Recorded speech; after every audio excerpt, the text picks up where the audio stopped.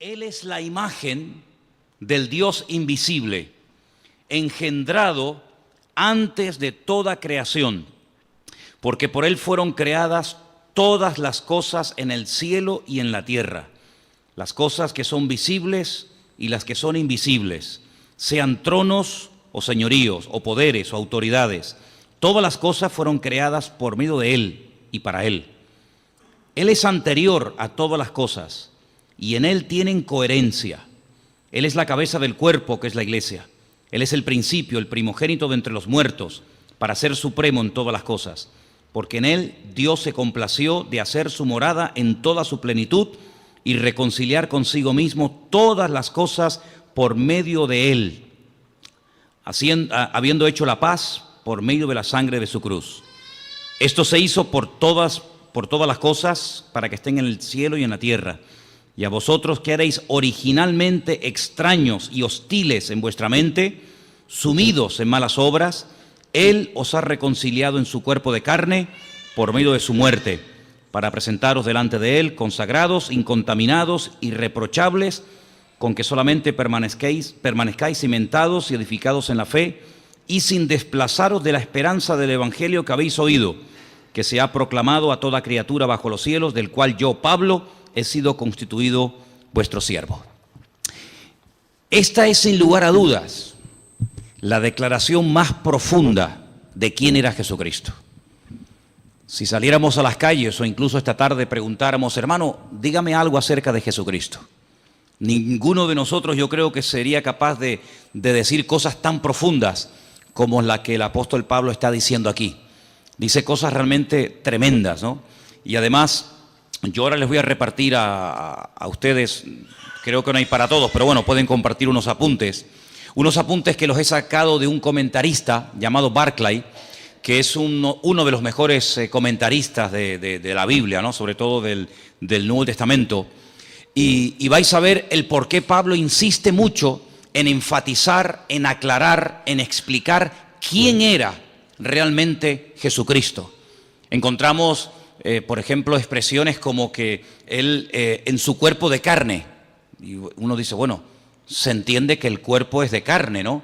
Pero ¿por qué Pablo dice que Cristo vino con cuerpo y dice con cuerpo de carne?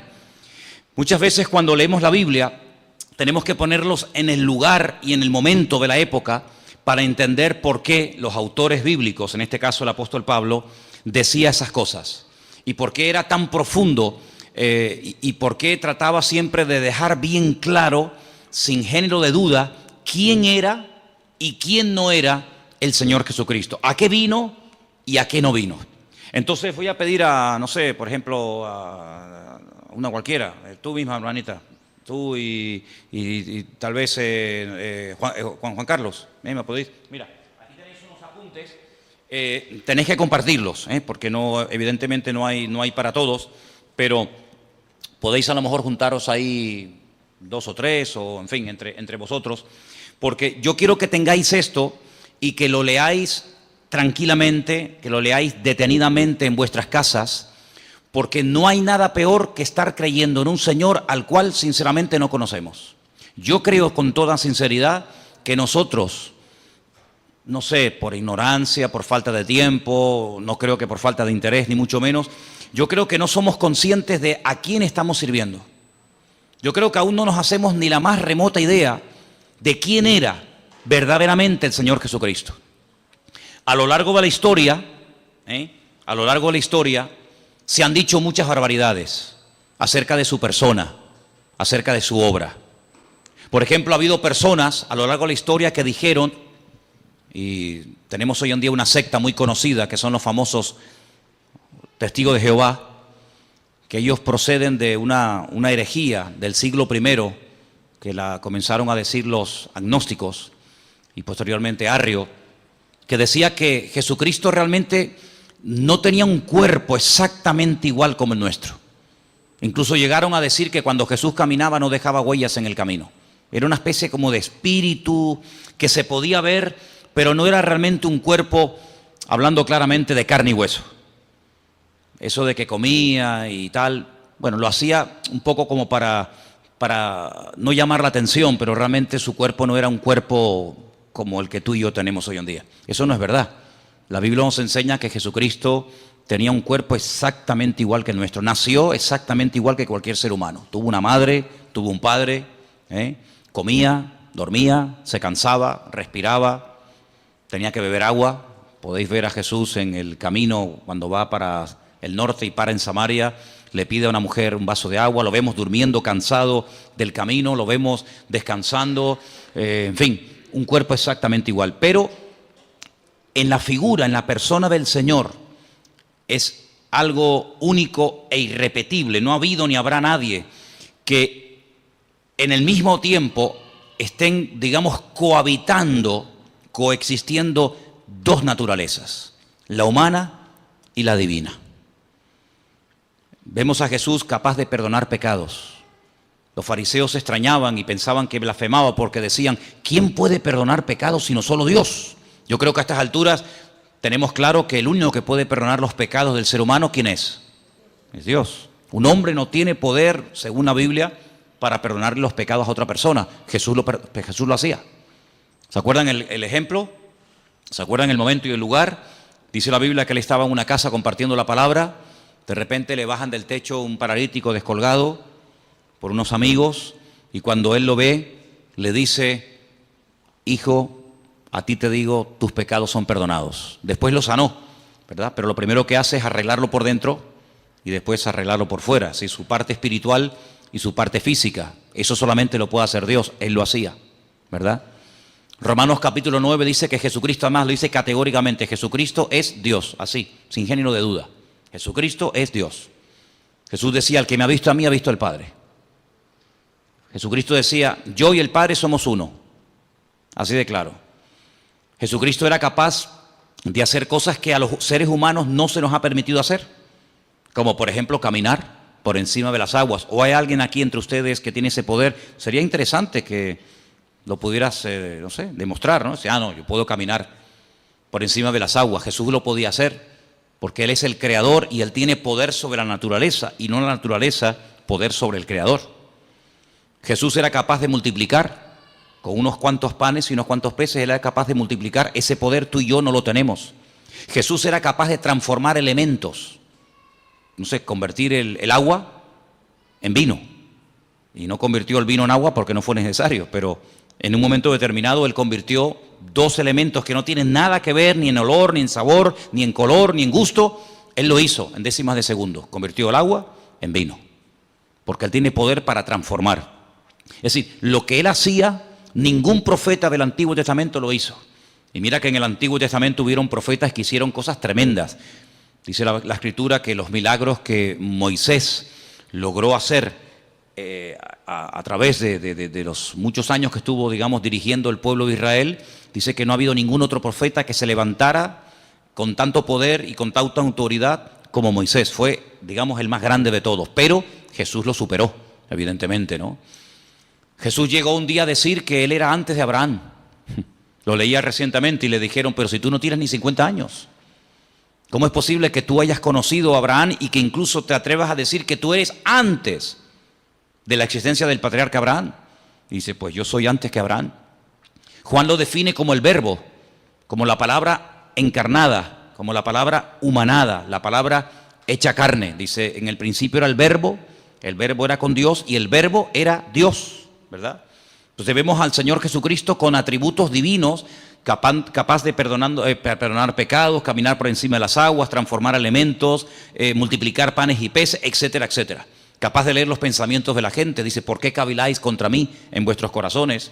Sí, lo vemos en un cuerpo que come, que respira, que incluso murió, que tuvo que resucitar, que sudaba, que sangraba, etcétera, pero nunca dejó su divinidad. Evidentemente, como ser humano estaba tremendamente limitado. Ahora, ¿qué es lo que ocurre? En aquellos tiempos, y vamos a leer ahora un poquito, en aquellos tiempos los agnósticos decían que lo que tiene que ver con la materia, lo que tiene que ver con el cuerpo es malo, es negativo. Y por eso ellos incluso se flagelaban y se torturaban porque decían que todo lo que tiene que ver con la materia, todo lo que tiene que ver con el cuerpo es malo. Los griegos llegaron a decir que la cárcel que encierra el alma es el cuerpo. Por eso muchos de ellos menospreciaban el cuerpo. Sin embargo, la Biblia dignifica el cuerpo del ser humano, tanto el del hombre como el de la mujer, evidentemente, ¿no? Llega incluso a declarar que el cuerpo físico, material del ser humano es el tabernáculo, es el templo donde Dios ha decidido vivir. Dios a lo largo de la historia decidió vivir en diferentes lugares. En un momento de la historia decidió vivir en una carpa, en un tabernáculo, en el desierto, portátil, ¿no? Que se levantaba y se volvía a montar rápidamente. Y él decidió vivir como todo el pueblo. Ustedes viven en carpa, yo quiero otra para mí. Cuando el pueblo entra a la tierra prometida y pasan de ser peregrinos en el desierto y comienzan ya a construir sus casas, él dice, constrúyame otra para mí, yo quiero poner mi gloria entre mi pueblo, ¿verdad? Pero ya no está ni en un tabernáculo, en una tienda de campaña portátil, ni en un templo. Pero dice, pero ahora yo estoy en cada uno de ustedes, porque ahora he decidido morar, he decidido vivir en los corazones de aquellos hombres y mujeres que han puesto su vida en mis manos. ¿Se dan cuenta? Entonces, lo que vamos a ver en esta tarde es muy interesante porque las expresiones que emplea aquí el apóstol Pablo son tremendas. Ahora comentábamos Elena y yo en casa ayer o hoy a la mañana, la Biblia es un libro tremendamente profundo, sin lugar a dudas, pero yo creo que no hay términos en nuestro idioma, por lo menos, lo suficientemente profundos como para aclarar quién verdaderamente era el Señor Jesucristo. Porque nuestro idioma es un idioma muy limitado. Por eso quiero explicar lo de las versiones. A veces ustedes habrán notado, el domingo pasó, no sé si se dieron cuenta, el domingo pasó que la lectura que se leyó en la iglesia, lo que se ponía en la pantalla, a veces no coincidía exactamente las mismas palabras con la persona que estaba leyendo. ¿Por qué? Porque en español, como en muchos idiomas, hay muchas formas de decir una cosa. Entonces depende del autor, depende del traductor, podemos decir de una forma o podemos decir de otra forma. Estamos diciendo lo mismo, pero no habla igual un venezolano con colombiano, no habla igual un canario con catalán, no habla igual un boliviano que un argentino. O sea, hay diferentes expresiones, todos hablan el mismo idioma, pero cada pueblo, cada cultura, cada lugar, cada momento de la historia, pues tiene expresiones que van cambiando. El idioma no es algo muerto, el idioma es algo vivo, va cambiando de generación en generación. Cada cierto tiempo, pues la Real Academia Española tiene que introducir palabras y tiene que introducir términos que hoy en día son normales, pero que en la época de nuestros padres o de nuestros abuelos esas palabras ni existían. Es que ni existían, ni se sabía lo que era eso. Sin embargo, hoy en día hay que dar una definición, hay que dar una aclaración a palabras que se usan todos los días, pero que en aquellos tiempos, repito, ni existían. Entonces a veces hay que, entre comillas, inventar. Incluso a veces nosotros en nuestro idioma hemos adoptado palabras de otro idioma. En la informática ni te cuento. La informática está llena de términos que son ingleses, son términos que no son españoles, pero que de alguna manera ya forman parte de no sé, software. Tantas palabras, no vamos a estar ahora perdiendo el tiempo en eso, pero tantas palabras que todo el mundo o mucha gente sabe lo que significan, pero que sin embargo hasta hace pocos años la gente no entendía. Entonces por eso no es lo mismo coger una Biblia del siglo XIX que leer una Biblia del siglo XXI. El mensaje es el mismo, pero la forma de clarificar el mensaje evidentemente va cambiando y hay que adaptar el lenguaje a los tiempos, ¿no? Entonces, cuando el apóstol Pablo decide escribir una carta a nuestros hermanos, a la iglesia local de los hermanos de Colosas, pues ahí había unos problemas particulares que curiosamente a lo largo de la historia se han ido repitiendo. Entonces, en los apuntes que ustedes han recibido en esta tarde, perdonen la letra tan pequeñita, yo sé que algunos dirán, madre mía, yo esto no lo veo. Es que lo quise hacer grande y mira cómo salían los folios, salían unos folios enormes. Entonces, si quieren sigan la lectura.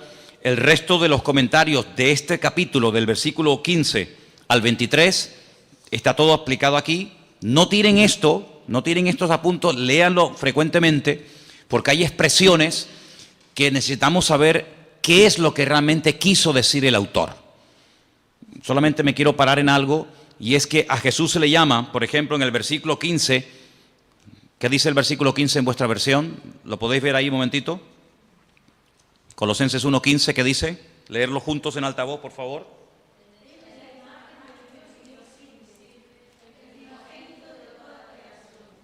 La semana pasada definimos un poco el tema de lo que era imagen, ¿se acuerdan?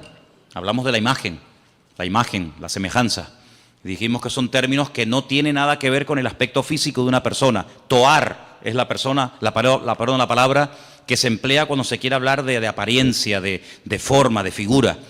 Pero cuando la Biblia habla de que hemos sido creados a imagen y semejanza de Dios, no significa que físicamente el hombre se parece a Dios. Nada que ver, en absoluto. Se refiere a sus atributos, se refiere en cuanto a sus características. Es un ser inteligente, capaz de razonar, de pensar, de tomar decisiones.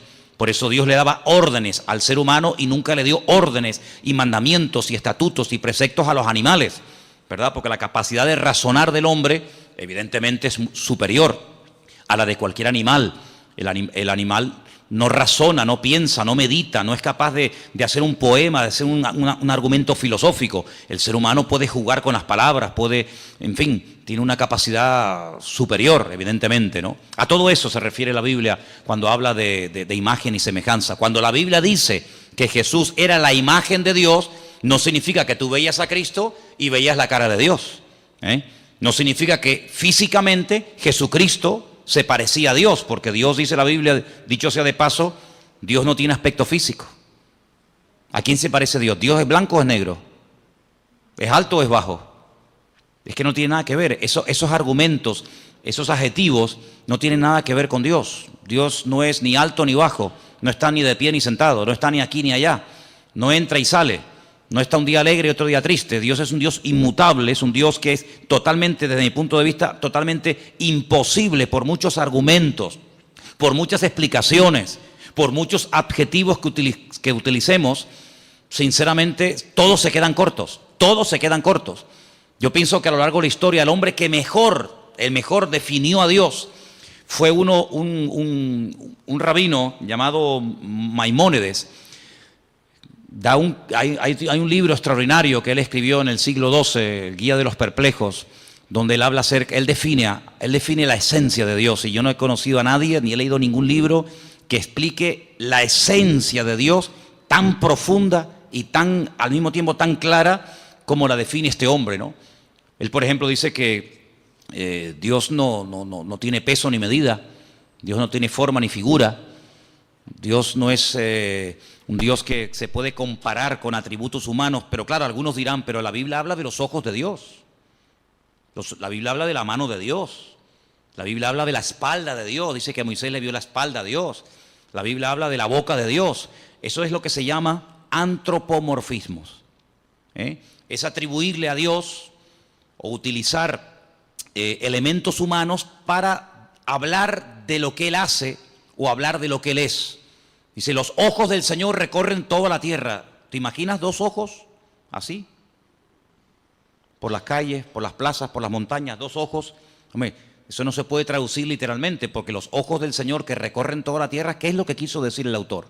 Que Él lo sabe todo, que Él lo conoce todo. No es que sus ojos literalmente van por la calle así buscando, ¿verdad? Porque si fuera así, literalmente quiere decir que si los ojos de Dios están en aquella dirección, ya no están en esta. Si está mirando hacia la derecha, ya perdió la visión de la mano izquierda. Por lo tanto, no es algo literal, ¿verdad?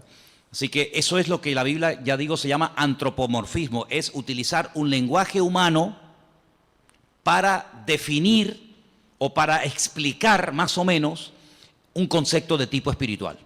Eso es al mismo tiempo lo que es una parábola. La Biblia está llena de parábolas. Ustedes pueden leer los evangelios. La parábola del sembrador, la parábola del hijo pródigo, la parábola de la oveja perdida, ¿verdad? Está llena de parábolas. ¿Y qué es una parábola? Es un ejemplo. Es un ejemplo de algo conocido, ¿verdad? Una oveja, una semilla, un chico que se pierde, etcétera, para explicar un concepto espiritual que, utilizando ese ejemplo sencillo, la gente puede entender más o menos, repito, lo que es el reino de Dios, lo que es el amor de Dios, lo que es el perdón, lo que es la misericordia, lo que es la generosidad, la hospitalidad, etcétera, etcétera, etcétera, ¿verdad? Entonces vamos a leer algunas frases de aquí, de la primera página. Ahí en la primera página donde pone los pensadores equivocados. ¿Lo veis? Disculpen que todos no tengan los apuntes, pero después si queréis podemos hacer fotocopias, porque es muy bueno que todos tengan estos apuntes y los leas y los repases, porque tenemos que profundizar y crecer en nuestro conocimiento de Dios. Dice así: uno de los hechos de la mentalidad humana es que uno no piensa más de lo que se ve obligado a pensar. Hasta que uno se encuentra con que otros se oponen a su fe y la atacan, no se pone a pensar en sus implicaciones. A veces nosotros no nos rompemos la cabeza con preguntas que el mundo se hace, ¿verdad? Ni pensamos en eso. Pero, ¿verdad que cuando te hacen una pregunta que en ese momento no sabes qué decir, dices, ay, pues tengo que estudiar, tengo que preguntar, porque a mí nunca se me había pasado por la cabeza que alguien me hiciera esa pregunta? Claro, generalmente, salvo excepciones, la gente suele preguntar más o menos lo mismo. Pero cuando te pasa a ti, que te preguntan por primera vez, y si Dios es tan bueno, ¿por qué se mueren los niños de hambre? Yo, ¿qué le digo? ¿Qué le digo? ¿Verdad? O si Dios es tan bueno, ¿por qué permite tal y tal otra cosa? Entonces, a veces es bueno que nos hagan preguntas que en el momento no sabemos qué decir o qué responder, para que eso nos lleve a buscar de Dios. ¿Estamos de acuerdo? ¿Me estáis mirando a mí o estáis mirando a los que entraron? Estáis mirando aquí, ¿verdad? Bien, perfecto. Hasta que la iglesia se vio confrontada con alguna herejía peligrosa, no empezó a darse cuenta de las riquezas de la ortodoxia. Es característico del cristianismo que siempre puede producir nuevas riquezas para hacer frente a una nueva situación. Es bueno que en algún momento de tu vida alguien, un amigo, un vecino, un familiar o quien sea, te haga una pregunta que tú digas, mira, sinceramente en este momento no tengo ni idea qué decirte. Y tienes que acostumbrarte a decir, en este momento no sé qué decir. Déjame que estudie, déjame que prepare, déjame que pregunte, etcétera. Pero no pienses que todo lo que te va a preguntar la gente vas a tener la respuesta inmediata. De hecho, ustedes saben que hay unas chicas en la Biblia que eran las famosas, en su día hablé de ellas, ¿no? Las hijas de Zelofajat, que vinieron un día a Moisés y le hicieron una pregunta a Moisés, el gran varón de Dios, y Moisés dijo, tengo que orar, tengo que consultar con el Señor, porque ni Moisés en ese momento sabía qué responderle a estas chicas. ¿Qué te parece?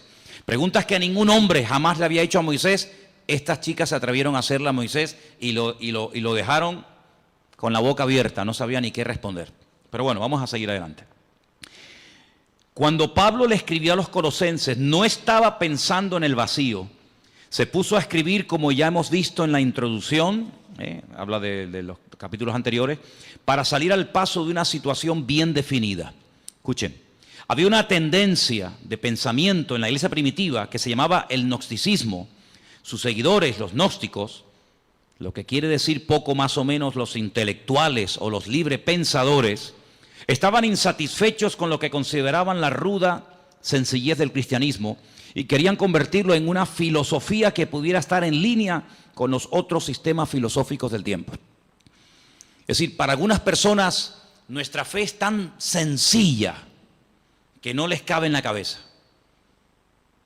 En aquella época los filósofos, y en Atenas estaba lleno de filósofos. Cuando Pablo fue allí, madre mía, se encontró con los, ustedes pueden encontrar en el libro de los Hechos, con los atenienses, los estoicos, los epicúreos, toda aquella gente que para decir que estos blancos daban 40 vueltas y preguntaban y preguntaban y preguntaban. Pues cuando empezó el cristianismo a difundirse y a extenderse el evangelio por todo el mundo conocido, pues estos gnósticos no daban crédito a que todo fuera tan fácil y todo fuera tan sencillo. Ellos querían complicar las cosas. Por eso Pablo tiene que escribir muchas cartas para responder y debatir correctamente a esta gente, ¿no? Ahora bien, Dios es espíritu y por lo tanto absolutamente bueno y la materia absolutamente mala, según decían ellos. De ahí que se deducía que el Dios verdadero no podía tocar la materia y por lo tanto no era el agente de la creación.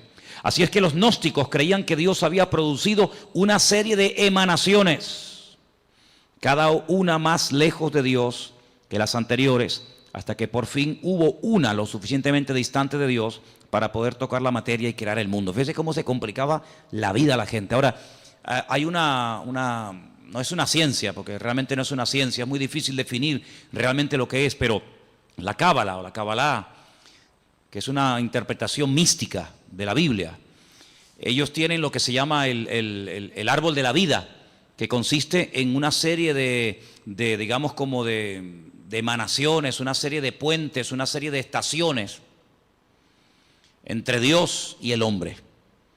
Ponen el ejemplo, decir, bueno, imagínense que ahí en las Caletillas hay una estación eléctrica, ¿sí o no?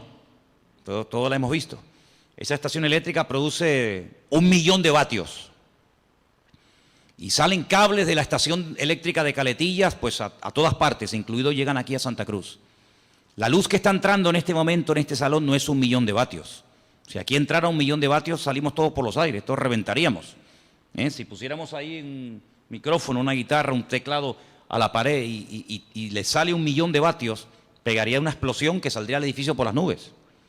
Entonces, ¿qué es lo que hacen? Por el camino van poniendo transformadores y van bajando de 1 millón a 100.000, de 100.000 a 50.000, de 50.000 a 20.000, de 20.000, y así van bajando, y van como bajando la potencia para que cuando llegue al hogar de cada uno de nosotros, todos nuestros aparatos funcionan a 220. Entonces, lo que sale de la estación central no es lo que nos llega a la casa, es una mínima parte de lo que sale. Siempre tiene que salir más de lo que llega. Si sale a 220, no nos va a llegar a nosotros a 1 millón, pero a la inversa sí. Entonces, algunos creen que Dios es tan poderoso, tan grande, tan sublime, tan magnífico, que es realmente imposible llegar a tener comunión y relación con ese Dios, porque como que nos mataría.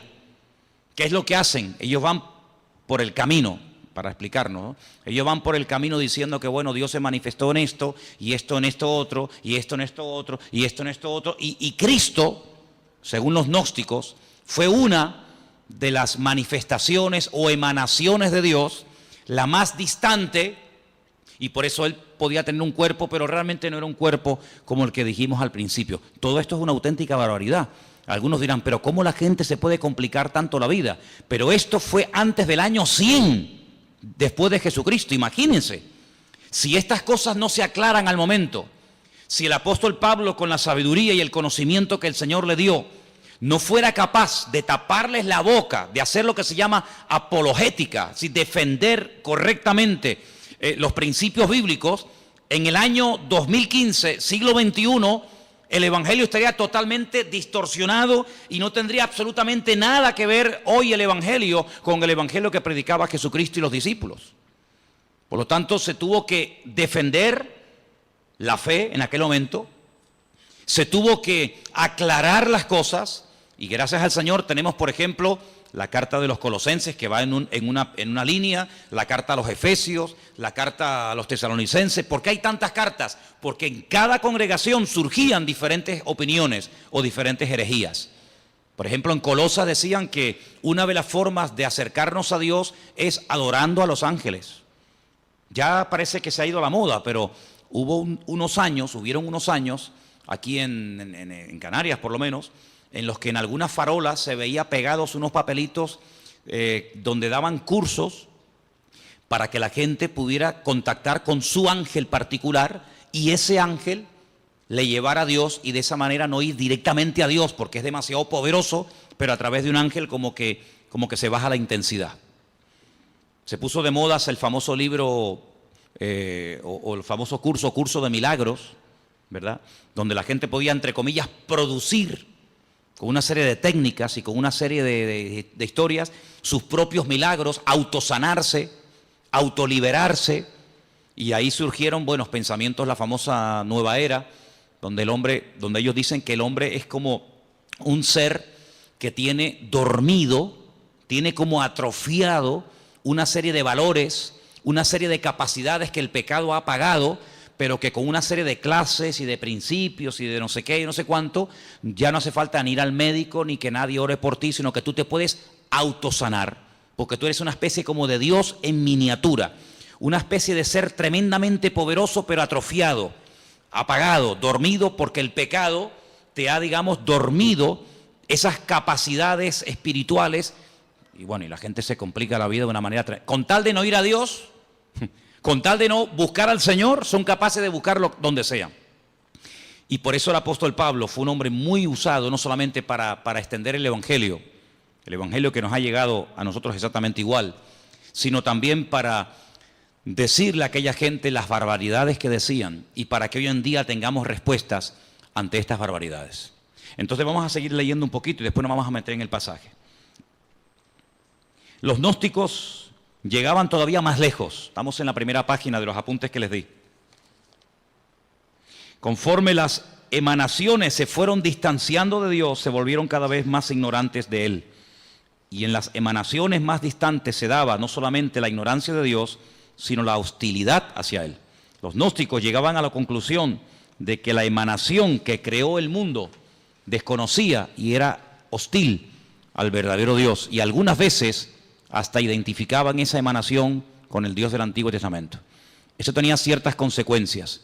Ahora, si ustedes se dan cuenta, cuando el hombre no tiene una relación directa con Dios, cuando el hombre busca en fuentes equivocadas, es como lo que decía el profeta Jeremías: ustedes están buscando en cisternas rotas que no retienen el agua, y por eso cuando llegan a una cisterna rota la encuentran vacía. Hay una búsqueda sincera, pero el camino es un camino equivocado.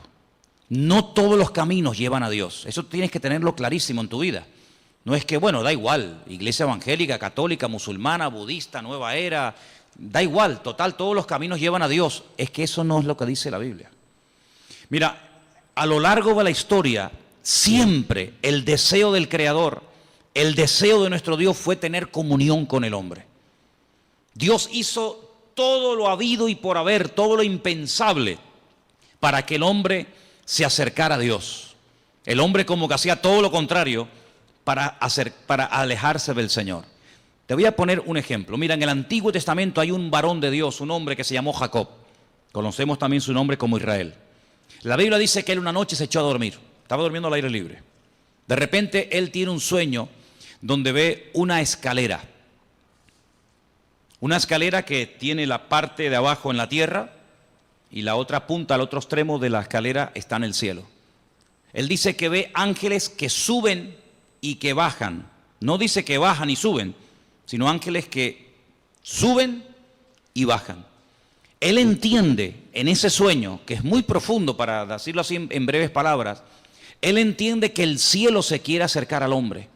Él entiende que el Creador quiere volver a tener comunión con el hombre. El hombre la cortó, el hombre se desconectó de Dios, el hombre se independizó de Dios, para que me entiendan. Porque cuando Dios creó al hombre, lo creó con la capacidad de rebelarse, de separarse de su Creador. ¿Por qué Dios lo hizo así? Solo Dios lo sabe.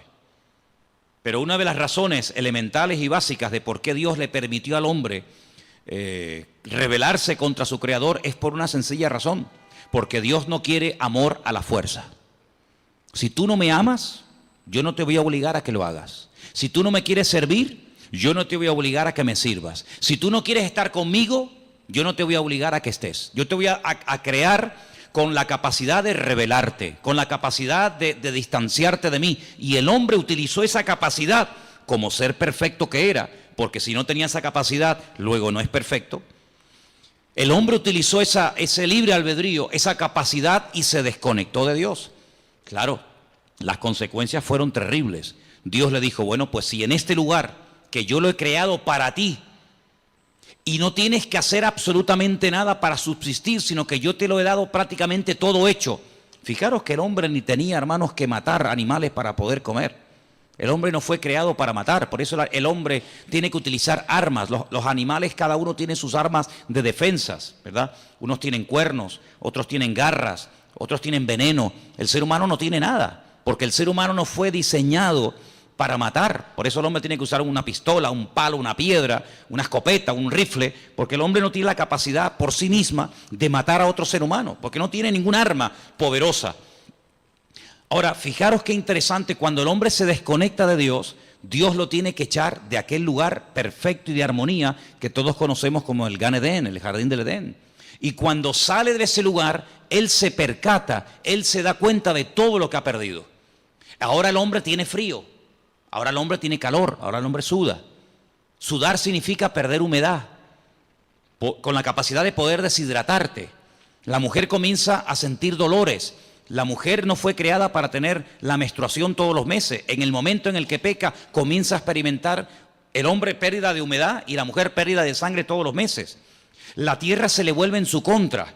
Los animales que antes dominaba, ahora en cierto sentido tiene que cuidarse de ellos porque le pueden quitar la vida. Y así una serie de consecuencias terribles. Pero a pesar de eso, Dios no se desentendió de la raza humana. Dios no dijo, bueno, ustedes no quieren estar conmigo, ahí se quedan. Sino que el hombre sigue, permítame la expresión, detrás del hombre, buscando al hombre.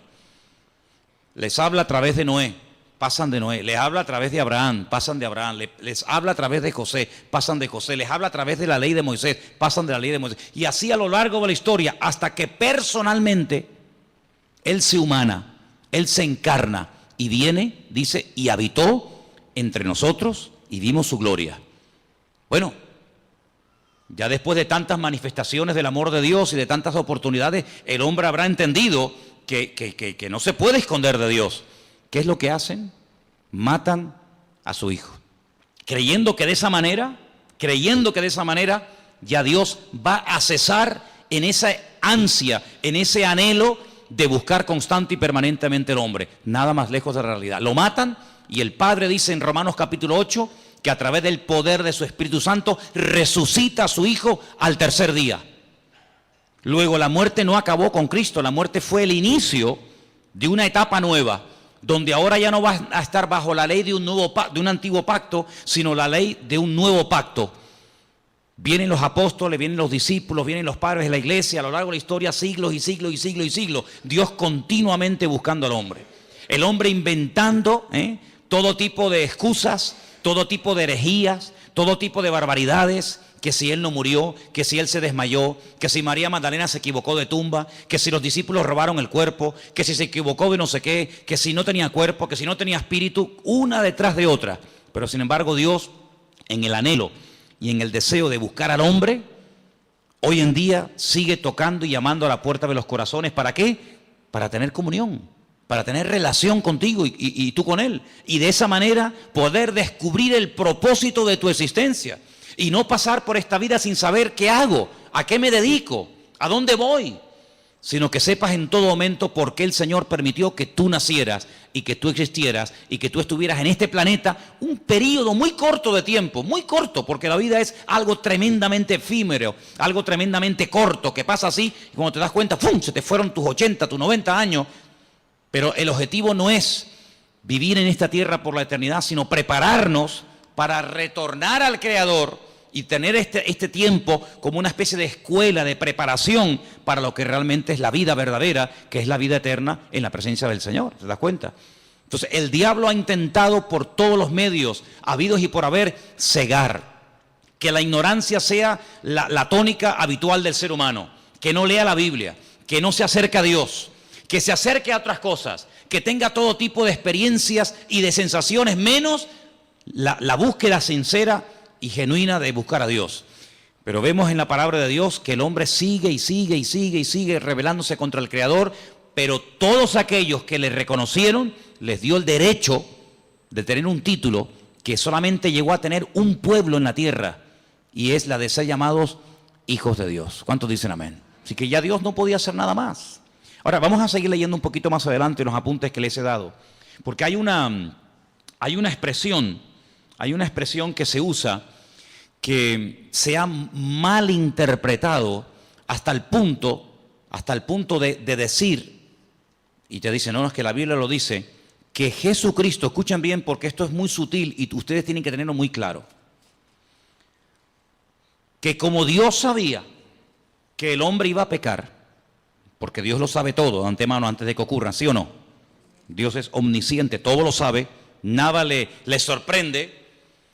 Ya Dios había creado en un principio, antes de la creación del universo, a Jesucristo, y lo tenía como preparado, lo tenía como reservado, para que cuando el hombre pecara, como nada podía redimir al hombre del pecado, sino solamente a través de la sangre incontaminada y limpia y pura del Señor, pues ya Él lo tenía preparado desde antes de la fundación del mundo para que muriera por nosotros. ¿No se pueden ustedes imaginar la cantidad de gente que cree eso, que Jesucristo es el Salvador, que murió por nosotros, que resucitó en una cruz, que Él ascendió a la diestra de Dios Padre, que volverá, que reinará, todo eso, pero con algo muy sutil, y es que dicen que Jesucristo no es Dios, sino que Jesucristo es un ser creado. Eso significa, como una vez un señor vino aquí y lo tuve que expulsar de la iglesia, porque eso es una auténtica herejía, que si Dios creó a un arcángel que luego se rebeló contra el Señor, y que conocemos hoy en día con el nombre de Satanás, que en un principio no era Satanás, sino Luzbel, ¿verdad? Ese lucero, significa que si Dios lo creó a él y creó también a Jesús, hay un parentesco, porque son hijos del mismo Padre, tanto uno como otro, y ahí no le permití que siguiera adelante, sino dijo, no, lamento mucho, si usted cree en eso, si usted cree que estos dos son hermanos, esto se acabó.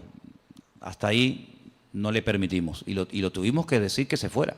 Pero él estaba totalmente convencido que así como Adán y Eva tuvieron un hijo bueno y un hijo malo, uno llamado Caín y otro llamado Abel, Dios también tuvo un hijo bueno llamado Jesucristo y tuvo un hijo malo llamado Satanás. Fíjate tú las barbaridades a las que llega la gente, ¿no?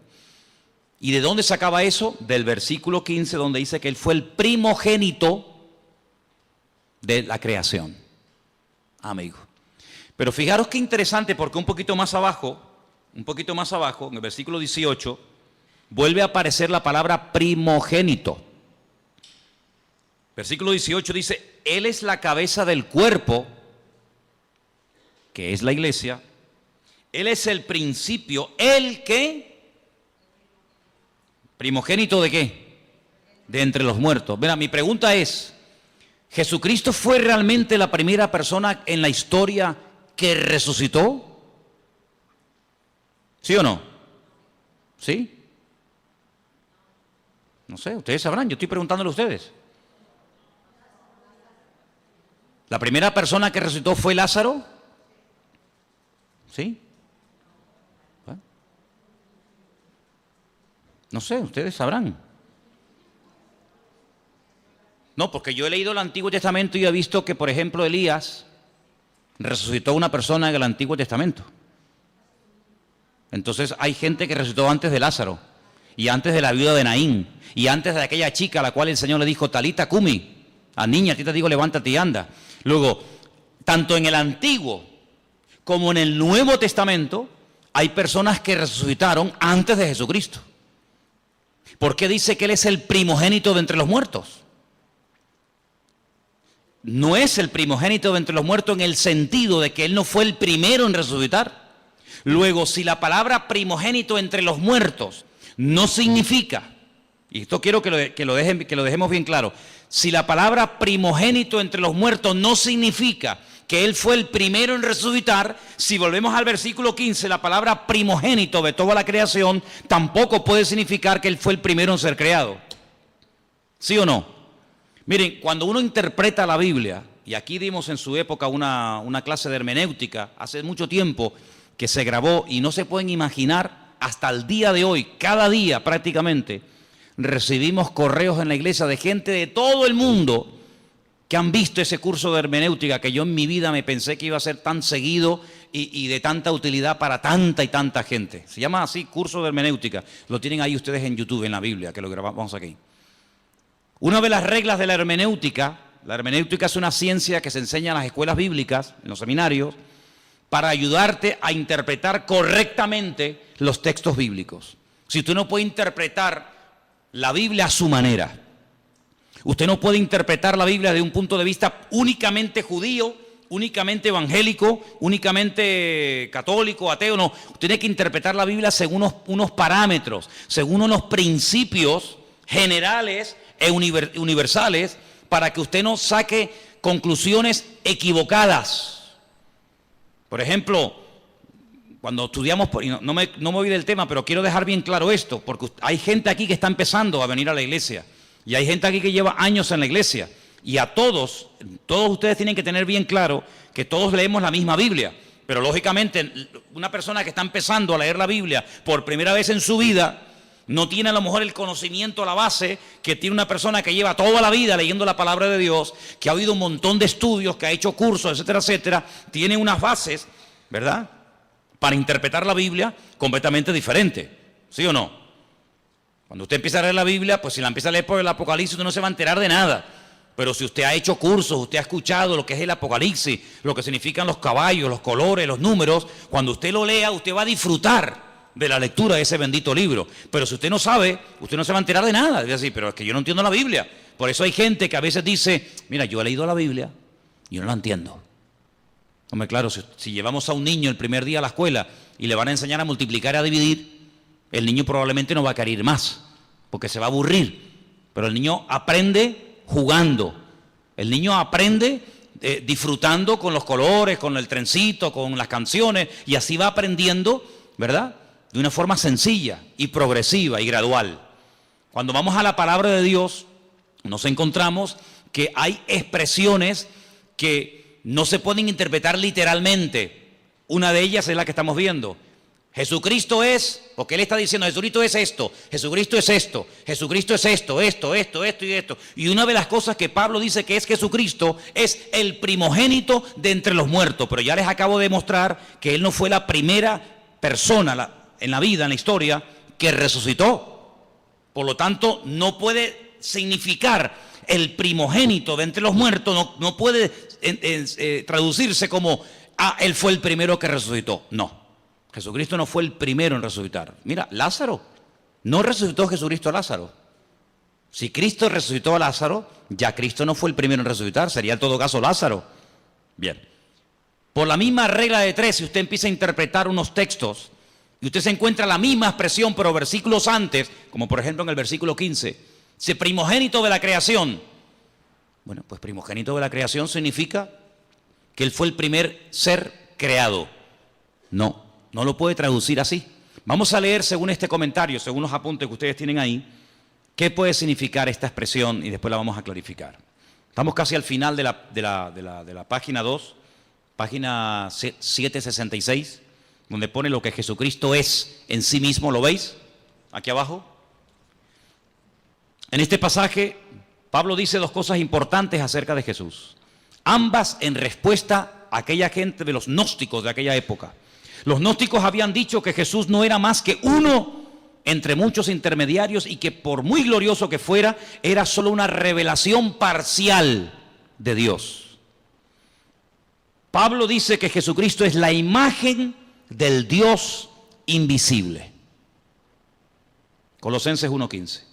Usa aquí una palabra y una figura que despertaría toda clase de memorias en las mentes de los primeros lectores.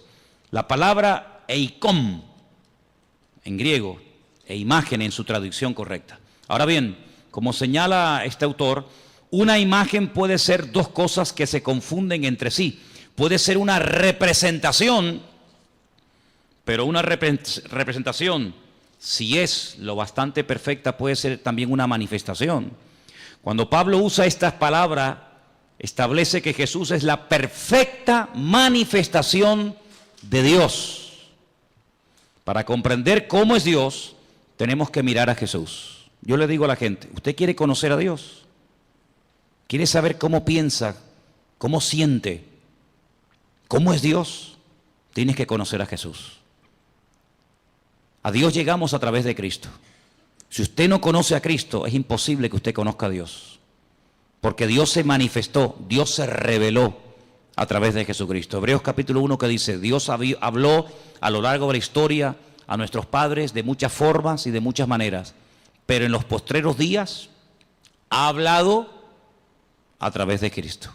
Si usted conoce a Cristo, usted no va a tener ninguna duda de cómo es Dios. Cuando usted conoce a Cristo, escuche bien lo que le digo, cuando usted conoce el corazón del Señor, cómo es el Señor, usted no va a tener que estar todo el santo día preguntando, esto es bueno, esto es malo, lo puedo hacer, no lo puedo hacer, puedo ir, no puedo ir, lo digo, no lo digo, lo miro, no lo miro. Cuando usted conoce al Señor, usted sabe perfectamente lo que le agrada a Dios y lo que no le agrada. Usted no va a tener que tener un perro policía todos los días a su alrededor para decirle, no, eso no se hace, no, eso no se dice, no, eso no se toca, no vayas para acá, no vayas para allá. Eso al principio está bien. Pero llega un momento en el que tú ya conoces tanto al Señor que tú ya sabes hasta lo que le gusta al Señor. ¿Quiénes son las personas que necesitan todo el día una sombra? ¿Quiénes son las personas que necesitan todo el día una persona que le diga, no, eso está mal? Las personas que no conocen a Dios. Cuando tú conoces al Señor, ya no hace falta que estén todo el santo día detrás tuyo, porque tú ya sabes, porque el Señor que mora en ti da testimonio a tu espíritu de lo que está bien y de lo que está mal. Los que están empezando y los que llevamos ya tiempo en las cosas del Señor, podemos decir por experiencia que hay momentos, desde que hemos comenzado a conocer o a interesarnos en conocer al Señor, hay momentos en los que sin nadie decirnos nada, cosas que habíamos hecho durante toda la vida, ahora resulta que las vas a hacer y tú dices, no sé, me siento raro, ya no me gusta. Cosas que antes te volvían loco, ahora dices, ya no tienen para mí ningún atractivo. ¿No te ha pasado eso? Dime la verdad. Amigo, porque el espíritu que tienes dentro de ti tira hacia las cosas del Señor y hay como como una alarma que te dice, eso no está bien. Nadie lo sabe, nadie te ha visto, pero el Señor que mora en ti ya comienza a hablarte. Si tú esa voz la cultivas, no la apagas, no la ignoras, sino si tú esa voz, esa sensación, por decirlo así, tú le prestas atención cada día, tú vas a ser más sensible a lo que tienes que ser y nada sensible a lo que no tienes que ser sensible. ¿Cuál es el problema del ser humano en reglas generales? Que a veces somos tremendamente sensibles en cosas que nos tenían que dar lo mismo. Y a lo que deberíamos de ser verdaderamente sensibles, no lo somos. Y yo creo que uno de los peores pecados que podemos cometer los creyentes, los que ya hemos conocido al Señor, es perder la sensibilidad espiritual. Porque cuando uno pierde la sensibilidad espiritual, un término que aparece en la Biblia es que llegamos a cauterizar la conciencia. Si ya pecas y no te sientes mal. Y eso es terrible. Eso es terrible. El temor de Dios, el respeto a Dios, dice la Biblia que es el principio de la sabiduría. Cuando tú comienzas a darte cuenta de que ese pecado, que para ti no era pecado, para ti era normal, porque lo has hecho toda la vida, pero ahora dice, oye, ¿y yo por qué ahora, cuando voy a fumarme un porro, o cuando voy a ver una película pornográfica, o cuando voy a mentir, o cuando voy a robar, o cuando voy a no sé qué, o no sé cuánto, ¿por qué yo ahora me siento mal y antes no me sentía mal? Porque estás cambiando. Por eso, porque estás cambiando. ¿Y quién es el que te está cambiando? El que vive dentro de ti. Por eso dice, no entristezcas, no apagues al Espíritu Santo que mora en ti. Porque yo te digo por experiencia que se puede apagar la voz del Señor. ¿Qué dice la Escritura? Si hoy el Señor te habla, no cierres tu corazón, porque a lo mejor ya mañana te vuelve a hablar y ya no te enteras. La sensibilidad es algo que no podemos perder. Esa es una de las señales de que una persona se ha apartado del Señor, de que no está bien con Dios, que ha perdido la sensibilidad espiritual. ¿Vale? Sigo leyendo. El Antiguo Testamento, versículo donde pone la A, y la literatura intertestamentaria, si lo que está entre el Antiguo y el Nuevo Testamento, tienen mucho que decir acerca de lo que es la sabiduría. Bueno, vamos a leer un poquito más adelante porque yo lo que quería que ustedes vieran acerca de lo que significa verdaderamente aquí. Perdón, vamos a la página 767. Vamos a esa página, por favor. Lo que Jesucristo es para la creación. Él es el primogénito de toda creación. Debemos procurar darle el verdadero sentido a esta frase. Como aparece en la Reina Valera, podría querer decir que el Hijo fue la primera persona que fue creada. No. Usted sabe lo que a mí me atormentaba cuando yo comencé a venir a la iglesia. La pregunta que a mí me volvía loco. Ya gracias al Señor eso ya ha pasado a la historia, pero yo era una cosa que era algo como una obsesión, era algo que me volvía loco. ¿De dónde salió Dios? ¿Quién lo creó? Yo daba para atrás, marcha atrás, ¿no? Iba para atrás, iba Jacob, Abraham, Noé, Adán, Iba para atrás. Decía, ¿de dónde salió Dios? ¿Quién lo creó? Claro, más loco me volvía si yo decía, bueno, lo creó fulano de tal. Otra vez volvemos al lío. Y a fulano de tal, ¿quién lo creó? Era algo increíble. ¿Quién te puede explicar? Yo no soy capaz de hacerlo. ¿Quién te puede explicar que a Dios no lo ha creado nadie? Que Dios siempre ha existido y siempre existirá. ¿Quién te puede explicar eso? Yo no. ¿Sabes cómo se acepta eso? Por fe. Señor, yo no sé todas las respuestas, pero yo solamente sé una cosa, que tú existes y tú eres mi Dios. ¿Quién le puede a usted explicar el concepto que los cristianos llaman Trinidad? Padre, Hijo y Espíritu Santo. ¿Quién le puede a usted explicar eso? Que si el huevo, que si el agua, que si la metes en la nevera se hace un cubito de hielo, que si la pones al fuego se evapora y si la bebes es líquida. Sí, son 3 elementos. ¿Quién le puede a usted realmente explicar todo eso? Por eso Dios nos ha dado un regalo maravilloso. Yo sé que hay gente que este regalo no lo tienen. Y por eso yo le agradezco a Dios que a muchos de los que estamos aquí, Dios nos ha dado ese regalo. ¿Saben cuál es? La fe. Hay gente que tiene fe en el curandero y creen con todo su corazón que ese sinvergüenza, que te pide dinero, que se inventa respuesta, que se inventa que tu marido tal, que tu hijo no sé qué, que siempre dicen lo mismo. Hay gente que tiene una fe ciega en eso y hasta pagan dinero. Nosotros no tenemos necesidad de ir por esos derroteros ni por esos caminos, porque estamos totalmente convencidos de que Dios es un Dios que existe y es un Dios verdadero. Yo sé que Jesucristo siempre ha existido. Claro, en nuestra mente humana todo tiene un principio, todo, absolutamente todo. Y aparentemente todo tiene un final, pero en Dios, en Jesucristo, en su Espíritu no hay ni principio ni fin. Siempre han existido. Es más, Pablo dice que todo lo que existe fue creado por Él, para Él y por medio de Él. ¿Cuántos dicen amén? Claro, el mundo se puede reír, el mundo puede cuestionarse. Pero bueno, hermano, que digan lo que quieran. Yo sé en quién he creído. Y yo sé que el Señor no fue creado, sino que el título primogénito de la creación, como vamos a ver ahora, esto es lo que significa. Ahí lo tenemos, al final de la página. El primogénito de toda creación. Perdón, estamos aquí. Debemos procurar darle el verdadero sentido. Como aparece en la Reina Valera, podría creer o querer decir que el Hijo fue la primera persona que fue creada, pero en el pensamiento hebreo y griego, la palabra primogénito, que está ahí entre paréntesis, no tiene más que un sentido temporal muy indirecto. Hay que notar 2 cosas. Primogénito es muy corrientemente un título de honor. Israel, por ejemplo, en Éxodo 4:22, como nación se le llama el primogénito, el Hijo de Dios. Lo que quiere decir es que la nación de Israel es el Hijo de Dios más favorecido. Segundo, debemos notar que primogénito es el título del Mesías. Ahí pueden leerlo en casa, Salmo 89:27. Según lo interpretan los mismos judíos, la promesa en relación con el Mesías. Es decir, la palabra primogénito es un título.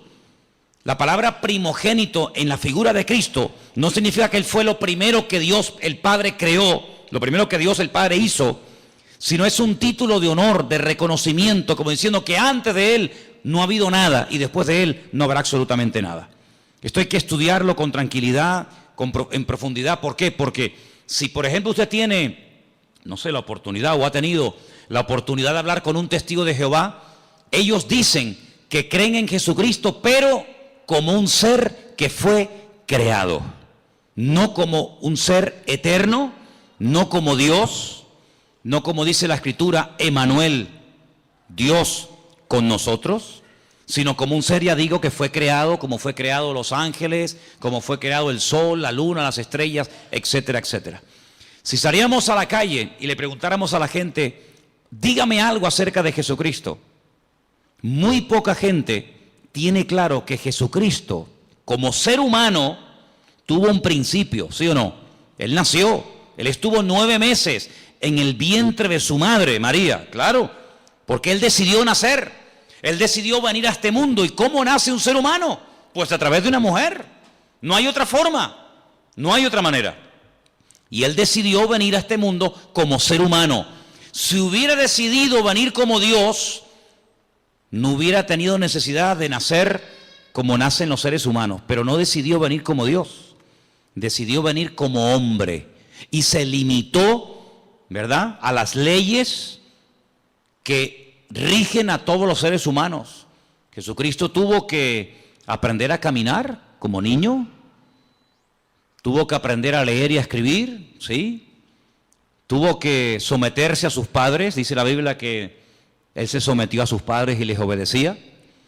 Y como ser humano vivió una vida totalmente normal. Fíjense qué normal era el Señor, que en el jardín de Getsemaní, cuando uno de sus discípulos decide traicionarlo, decide venderlo, si hubiera sido un ser tremendamente llamativo, con una aureola, con una luz especial, no hubiera sido necesario que Judas, a los que venían a prenderle, les dio una señal. ¿Cuál fue la señal? ¿Cuál fue la clave que indicó a los que venían a prender al Señor que ese era el Señor? ¿Cuál fue? El beso, el famoso beso de Judas, ¿no? Podía haber dicho, mira, el más alto, el más guapetón, aquel que tiene una luz blanca que le sigue a todas partes, aquel que está siempre rodeado de ángeles, aquel que levita y no toca con los pies el suelo, sino que va así, como volando, ¿no? No, era tan normal,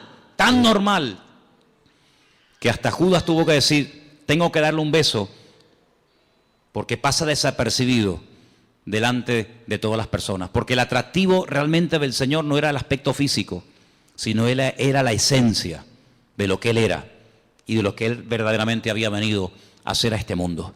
Y nosotros tenemos que profundizar en nuestro conocimiento del Señor.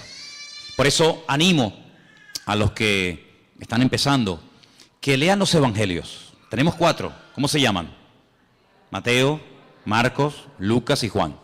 Ahí ustedes van a encontrar cómo hablaba, cómo reaccionaba cuando lo criticaban, cómo pensaba, cómo se movía en medio de sus enemigos, cómo trataba a los niños, a las mujeres, cómo trataba a sus discípulos, cómo era intolerante frente al pecado, pero tremendamente misericordioso y compasivo ante gente que había caído, pero que les daba la oportunidad de rehacer su vida. Y ahí en los evangelios encuentras a Cristo como ser humano, pero también como un Dios perfecto, humanado, limitado entre nosotros, pero que nos amó tanto que se dejó matar. Ahora, el concepto tal vez más profundo de lo que Él es, el concepto más maravilloso de todos los que rodean a Dios, podemos decir que Dios es santo, ¿sí?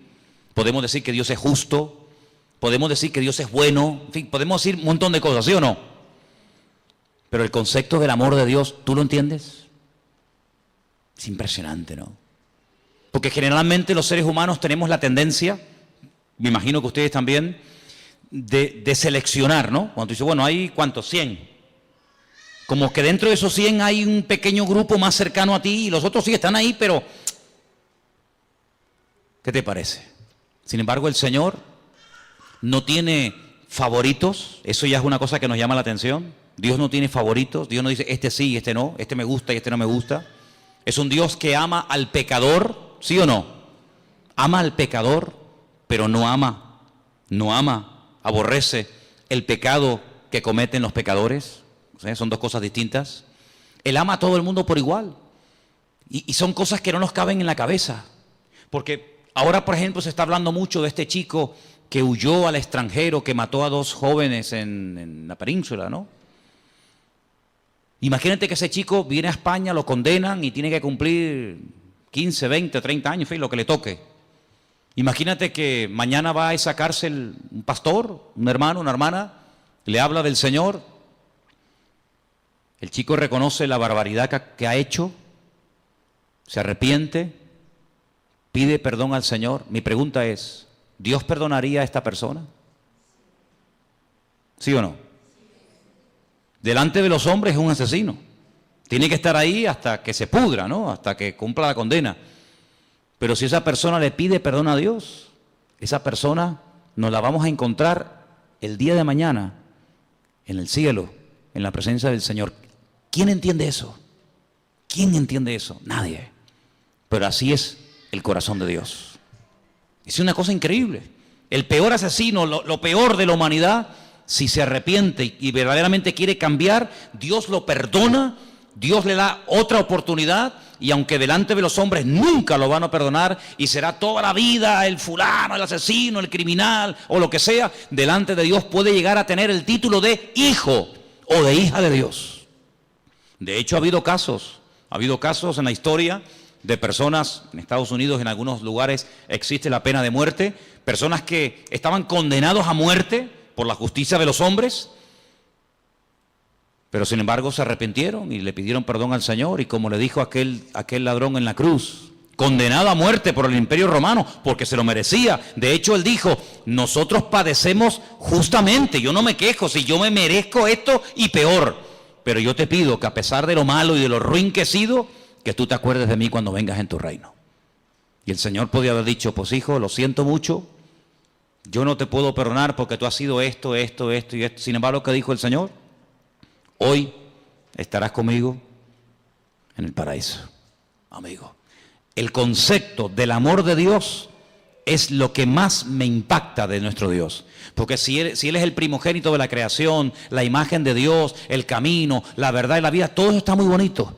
Pero a mí lo que me cautivó y lo que me transformó la vida fue entender que Dios a mí me había amado de tal manera que fue capaz de mandar a su Hijo para que lo mataran en una cruz, simplemente por amor.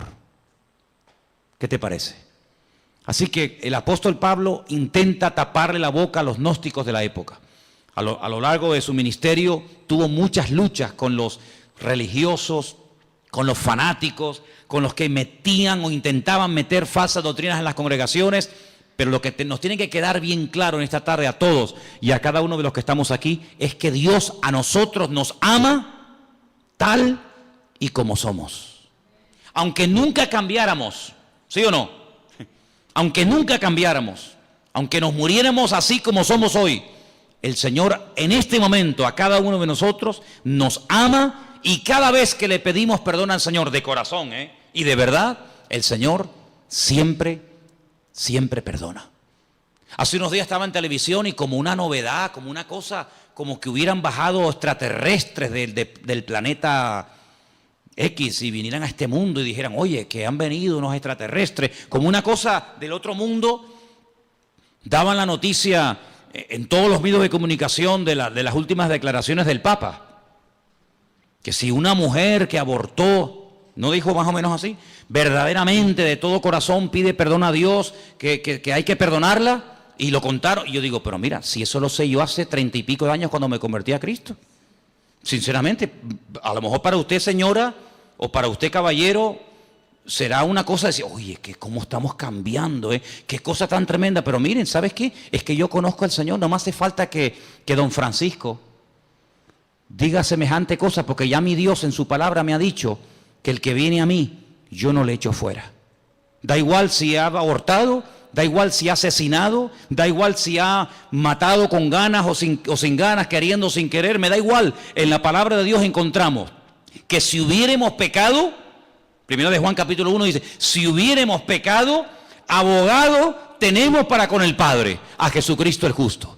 Y la sangre de Jesucristo nos limpia de todo pecado. Por lo tanto, a mí no me causa ninguna sorpresa diciendo, ¡ay, qué maravilla! Pero si la maravilla hace 2000 años ya la dijo Él. Ya hace 2000 años el Señor Jesucristo murió en la cruz para demostrarle a toda la raza humana que no importa lo lejos que nos hayamos separado de los caminos del Señor, no importa, mira, lo bajo que hayamos caído, las barbaridades que hayamos hecho, si le pedimos perdón al Señor, Dios siempre perdona, y otra cosa más, y olvida. ¿Cuántos dicen amén? El Señor a nosotros no nos dio la capacidad de olvidar las cosas malas que nos hacen. Una cosa es que no nos domine, una cosa es que no me quite el sueño, una cosa es que no esté ahí continuamente amargándome la existencia, y otra cosa es que yo olvide. Si usted me pega ahora a mí una patada y usted me pide perdón y yo te perdono, oye, yo te perdono, pero yo no puedo olvidar que tú me pegaste una patada, y además si se me quedó un moretón y si me tuvieron que escayolar, pues menos todavía. Pero hay una característica tremenda, que un Dios todopoderoso diga y declare categóricamente, y Él no miente, que cuando Él perdona, Él olvida al mismo tiempo. Como diciendo, yo nunca te voy a echar en cara, nunca te voy a reprochar lo que me hiciste o me dejaste de hacer, lo que dijiste o dejaste de decir. Solamente hay un ser en todo el universo que es capaz de amarnos y de soportarnos como Él. Y Él se llama Jesucristo, Rey de Reyes y Señor de los Señores. Así que conociendo al Señor, te vas a terminar enamorando de Dios. Y quiero terminar diciendo algo. Léanse todos estos apuntes porque son muchos y hay que leerlos con detenimiento y estudiarlos. Pero déjeme que le diga solamente una cosa, y lo he dicho en varias ocasiones. Que el Señor, que nosotros nos hayamos enamorado del Señor, ¿no es lógico? ¿Sí o no? Imagínate que llega una persona esta noche a tu casa. Tú no lo conoces de nada. Y te dice, ¿me podrías poner en un papel todo lo que tú debes? Sí, póngame todo lo que usted debe. Pues mira, debo el coche, debo 5 letras del coche, ¿no? Alguno, ¿no? Debo la hipoteca de la casa, me quedan no sé cuántos años por pagar la hipoteca. ¿Qué más? Pues hombre, no sé, debo... Bueno, muy bien, pónmelo todo en una lista. ¿Cuánto suma esto? Lo que sea, toma, ahí tiene usted el dinero. Y así, en cuestión de segundos, ya no debes nada al banco ni a nadie. ¿Te gustaría? ¿Sí o no? Algunos son muy espirituales y dicen, no, hermano, yo oro al Señor. Vale, muy bien. Entonces usted no es espiritual, usted es bobo. ¿Estás enfermo? ¿Te duele algo? Y llega esta persona y te dice, ¿dónde te duele? Pues mira, tengo un dolor aquí. Te pone la mano encima, ora por ti y nunca más te vuelve a doler eso. Oye, ¿tú no le tomarías aprecio a esa persona? Lógico. Cuando tienes un problema no lo buscarías a él o a ella porque te ha ayudado tanto que, oye, mira, ¿me podrías venir un momentito que te quiero hablar contigo? Me pasa esto, me pasa lo otro. ¿Quién no se puede encariñar? ¿Quién no puede apreciar, respetar? No digo enamorarse, pero respetar a una persona así, cualquiera. Bueno, pues en cierto sentido, eso es lo que el Señor hace continuamente con nosotros. Nos sana, nos fortalece, nos levanta cuando caemos, nos anima. A veces permite, fíjate lo bueno que es y lo sabio que es, que cuando ve que nos estamos un poquito medio apagando, medio quedando atontados, permite ahí una pequeña prueba, una pequeña cosita, ¿no? Y, ay, tal, ay, Señor, ayúdame. Y el Señor dice, sí, dime, aquí estoy contigo. Fíjate lo bueno que es, que podría decir, bueno, ya no quieres orar, pues nada, no ores. Pero Él dice, le voy a poner una piedrita en el zapato, para que le haga una llaguita. Ay, Señor, mira que me salió una llaguita, sí, dime qué quieres que haga. Señor, que me sana, ahí está, pum, la sanidad. ¿Quién no se enamora de un Dios así? ¿Sí o no? A todos nos ha pasado.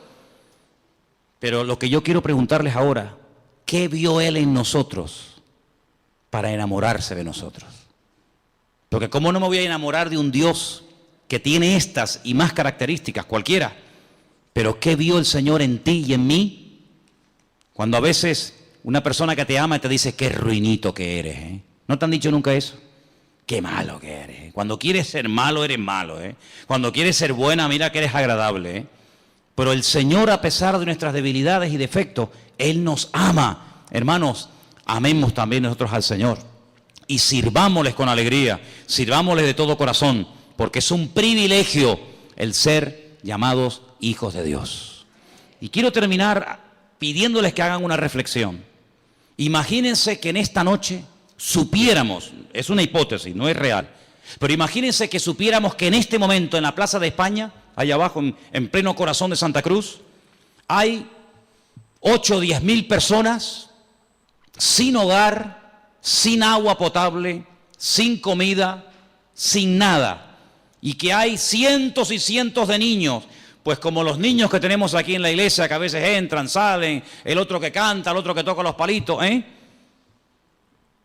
Bueno, pues eso es lo que está pasando en este momento en Europa, donde hay miles y miles, millones de personas huyendo de países que están totalmente destrozados. Y yo me preguntaba hoy, digo, Señor, si nosotros al salir del culto en esta noche sabiendo esa situación, no se nos ablanda el corazón, entonces que nosotros nos hemos convertido sin darnos cuenta en creyentes tremendamente teóricos. Me contaba Priscila ayer que miles de familias en una pequeña isla llamada Islandia se han ofrecido a las autoridades del país, al gobierno de dicho país, para dar acogida en su casa a personas que no tienen nada, que han huido con lo opuesto y que no tienen nada. Yo me preguntaba, ¿será que lo que llamamos el estado del bienestar, no lo llaman así a cómo se vive en Europa, el estado del bienestar?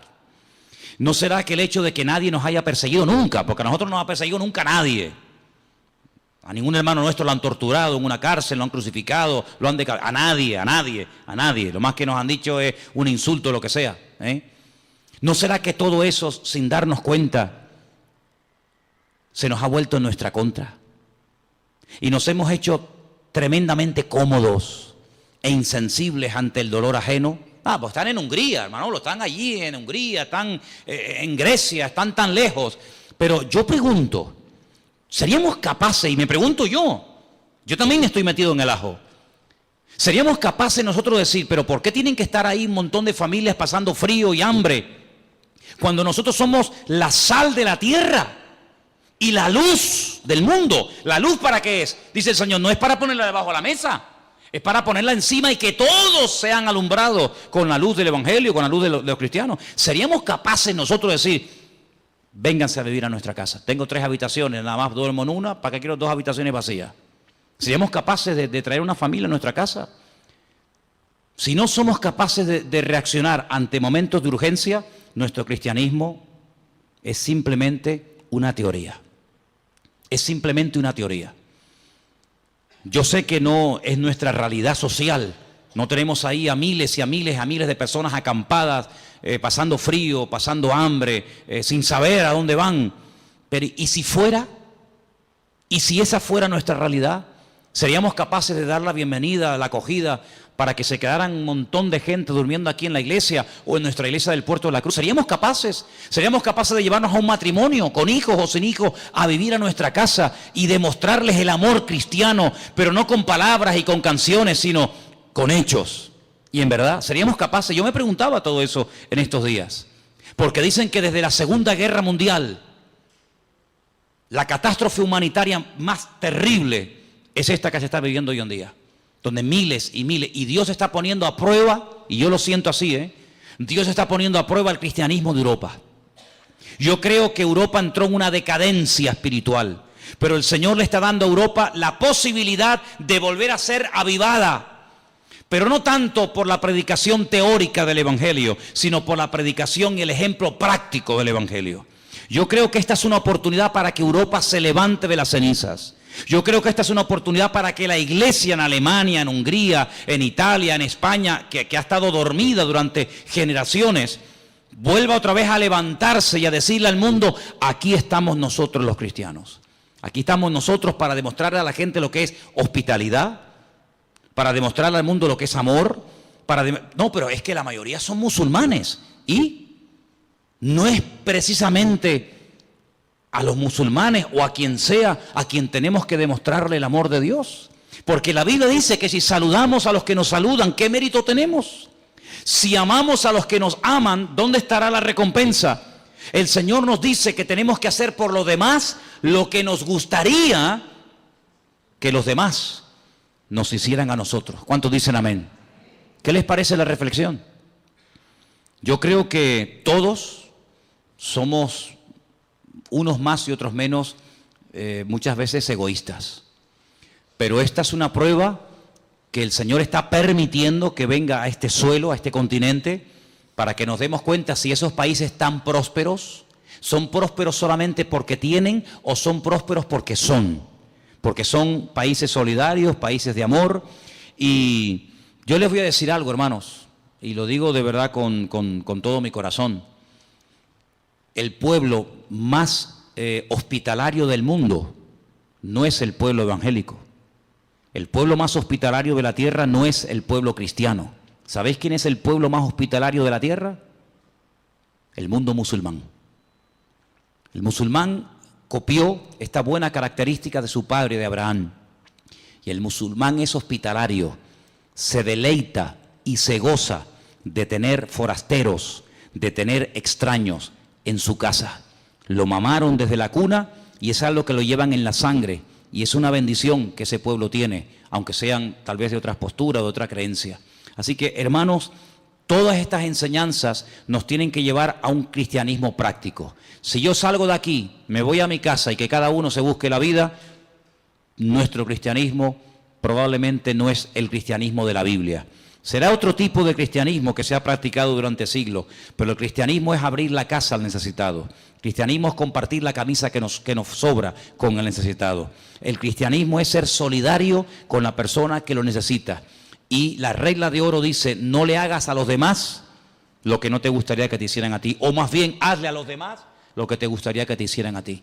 Yo creo que la prueba también nos llegará a nosotros, ¿sabes? Creo que en algún momento nos tocará a nosotros pasar por el tamiz, pasar por la balanza de Dios, y ahí se demostrará, en estos últimos tiempos se demostrará quién es y quién no es. ¿Quién verdaderamente era creyente para salir de sus problemas, para que consiguiera trabajo, para que todo le fuera bien? ¿O quién ha entendido verdaderamente el Evangelio y ese principio, y termino, que más bienaventurado es dar que recibir? ¿Cuántos dicen amén? Cierra tus ojos ahí donde estás. Y todas estas preguntas, hermanos, nos las tenemos que hacer. Todas estas preguntas. El tiempo en el que estamos viviendo no es un tiempo fácil. Es un tiempo de prueba, es un tiempo donde Dios está viendo cómo va a reaccionar su pueblo. Y es la iglesia, no las naciones, no los gobiernos, la iglesia, la que tiene que tomar autoridad. Y la que tiene que levantarse ahora en pie de guerra y decirle al mundo, aquí estamos los cristianos, con los brazos abiertos, dispuestos a bendecir al mundo, dispuestos a ayudar al que verdaderamente está buscando ayuda desesperadamente. Y hay miles, millones y millones de personas totalmente desesperadas que huyen con lo opuesto. Y qué bueno sería que se encontraran con miles de creyentes que les demostraran que el amor de Dios no es teoría, es práctica. Aleluya. Señor, te damos gracias en esta tarde por todo lo que tú eres, por todo lo que tú representas para cada uno de nosotros. Te pedimos, Señor, que tú nos ayudes a manifestar tu amor de una forma práctica, de una forma visible y real. Señor, hemos creído y creído en cosas durante años, pero ha llegado la hora y el momento de demostrar verdaderamente nuestro interés, nuestro amor, nuestro apoyo al mundo necesitado y a tu obra. Te pido en el nombre de Jesús que tú nos ayudes a entender el mensaje que tú estás lanzando a la humanidad, que tu iglesia no esté dormida ni apagada, que la luz brille ahora, más que nunca, porque es ahora el momento de brillar, es ahora el momento de decirle al mundo, aquí está la iglesia, que ha estado dormida durante años, pero se levanta en pie de guerra en el nombre del Señor, y le dice al mundo, mirad a nuestro Dios, mirad a nuestro Dios, cuánto nos ama, que nos da el privilegio de poder servir al mundo, porque tú viniste a servir y no a ser servido. Ayúdanos, Señor, a conocerte, a descubrirte cada día, y gracias por todo lo que tú eres. No tenemos palabras para describir todo lo que tú eres, todo lo que tú representas. Tu esencia es imposible con palabras humanas poder describirla. No hay concepto, no hay adjetivo lo suficientemente amplio como para poder definirte, Señor. Pero solamente nos queremos, Señor, agarrar a la verdad de que tú eres amor. Ese amor que prevalezca en nosotros, ese amor que reina en la iglesia y ese amor que nunca se vaya de nuestras vidas. Gracias te damos por esta palabra, por este estudio en esta tarde. Seguimos en tu presencia en el bendito nombre de Jesús.